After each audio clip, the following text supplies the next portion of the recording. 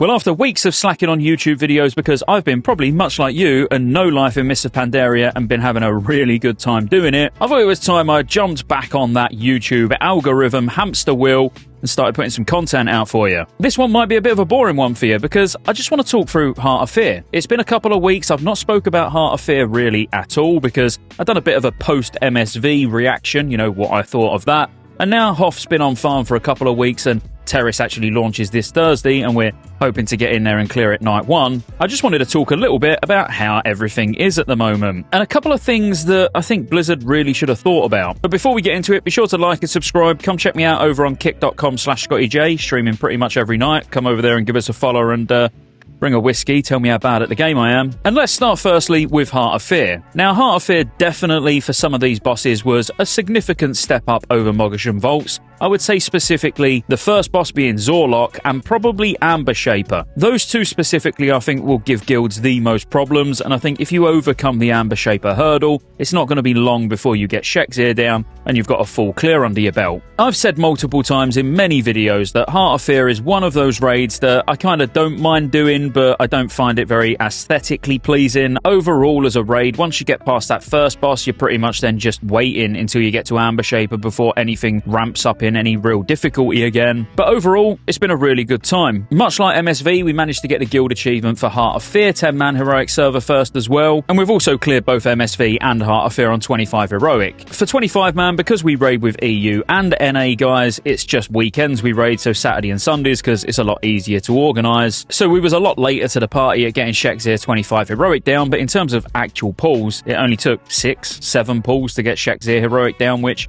I thought was pretty decent. We seem to be working pretty well with the limited time that we've actually got for our 25-man. The one hot take, though, that I will say is I still enjoy myself more in MSV than I do Heart of Fear, and I knew that was going to be the case. So I'm mega excited for Terrace, so at least 2 of the 3 raids each week are going to be really fun, and then Heart of Fear is just kind of, you've just got to go and do it. The thing that I've not really been that pleased about so far is actually feeling forced to spam Celestials. Now, I know you're probably like, well, you're not forced to spam them, but you kind of are, because at the moment, if you don't know, you can actually complete the legendary quest line as in the first section, so you can get up to getting your Shar Touch gem. The thing is, the Shar Touch gem at the moment is showing unique equipped 0, which means you can't actually put it in your gear, which kind of makes sense, obviously, because some of the Shar Touch weapons come from Terrace, which isn't actually open yet. But if you're like me and you just like to tick things off and get them done, then I was literally just sat spamming Scarlet Halls back to back to back to get Sigils of Wisdom that I was missing, because each dungeon drops a specific sigil type, and Scarlet Halls is obviously very quick. You can do it in a couple of minutes. You can repeatedly spam it, so just keep queuing and queuing and queuing, and if it's Wisdoms you're after, while you're not guaranteed for a Sigil of Wisdom to drop, it is the only sigil type that can drop, should one drop. And this is kind of my complaint. I don't think any of the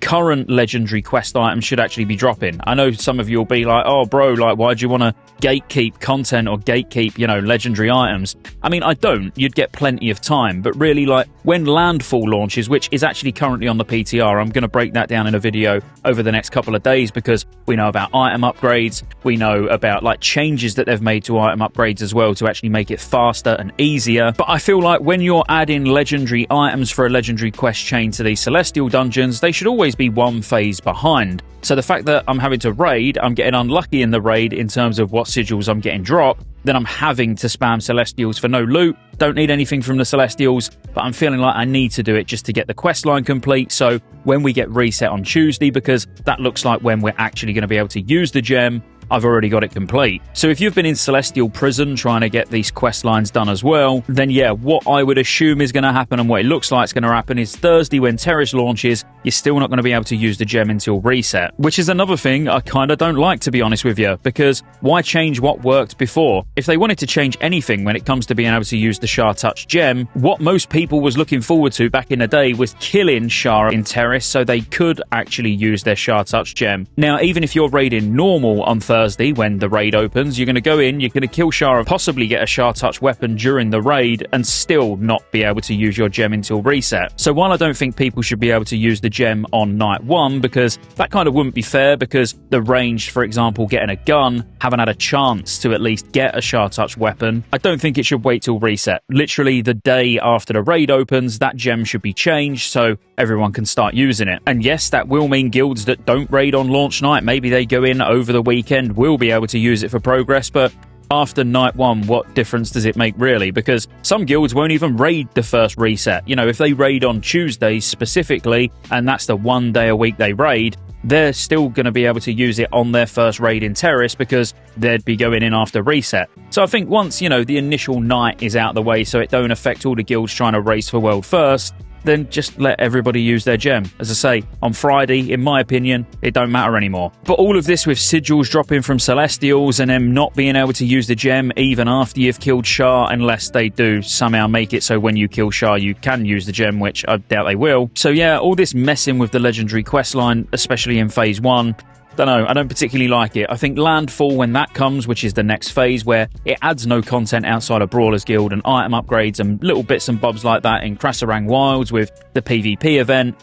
then that would be the perfect time for there to be a catch-up mechanic in the Celestials to get Sigils of Power and Sigils of Wisdom, and then obviously you can do Temple of the Jade Serpent, but for now, to be able to actually fully complete the quest line just by doing Celestials, I don't know, it don't quite sit well with me personally. Let me know what you think in the comments. Again, you might love the fact that you don't need to step foot in raids and you can keep up with the legendary quest line, but ultimately I think it should always be a phase behind. But outside of that, I'm having a great time. And even inside of that, it doesn't matter to me that much. I just think it was kind of a misstep. I am still raiding just on the 4 monks and I haven't leveled anything else because of just how long it takes to get from 85 to 90 and I can't be bothered. And to be completely honest with you, I've been putting a bit of effort into retail, getting ready for midnight as well. So I'm kind of raid logging a little bit on MoP while playing retail, doing Celestials for sigils, which is great fun. And that's kind of about it. But the good news is if you do want to level more characters, we are actually going to get increased XP in the next phase. And on the basis is on the PTR, I don't think the next phase is going to come too long after Terrace anyway,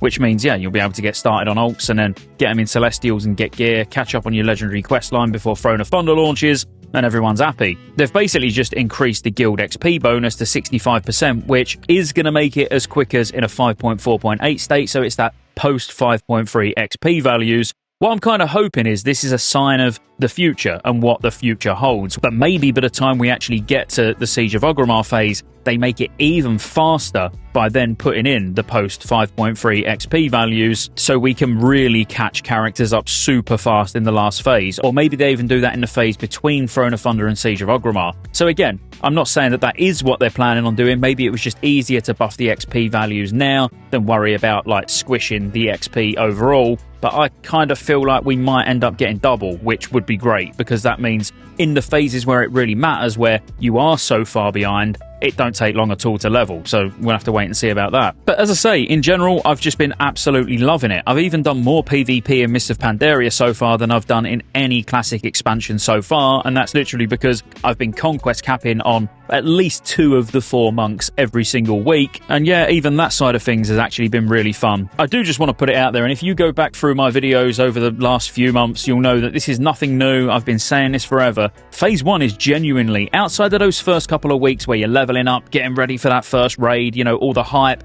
Phase 1 is the worst phase, and it still is. In my opinion, all I do want to do is really raid log, because, you know, raiding is pretty much the reason I play the game. Well, the only reason I play the game, to be completely honest. And the first phase raids are kind of okay, but they get so good. Once we get Isle of Thunder, Throne of Thunder as the raid, all the content that comes around Isle of Thunder, then going into, like, Timeless Isle, Siege of Orgrimmar, we've got Brawlers Guild coming. Like, we haven't even touched the good stuff yet. So, while I know some of you might be starting to be like, oh, it's getting a bit boring, because I'll be honest with you, I'm exactly the same. You know, MSV, Heart of Fear, Terrace, even though Terrace is not even out at the time of recording this video, those are going to wear pretty thin pretty fast. Whereas Throne of Thunder I would compare directly to Ulduar, where you're going to look forward to going in there every single week. Mark my words, it is a fantastic raid. We've just got to get there, and it looks like Blizzard are going to be moving along pretty quick, at least into the next sort of transition phase is what I'd call it, where it just continues on the Legendary quest line, but we don't get any new PvE content, so we'll have to see how that goes. But that was just a quick update on kind of my feelings around MoP at the moment and what I've been doing. And I'm going to get you a full PTR update out over the next couple of days as well, so you just know what to expect or what changes we're going to see for 5.1. And if you want to come over and see me stream, then it's over on kick.com/Scottejaye. Links in the description below. Like and subscribe before you go, and I'll see you on the next one.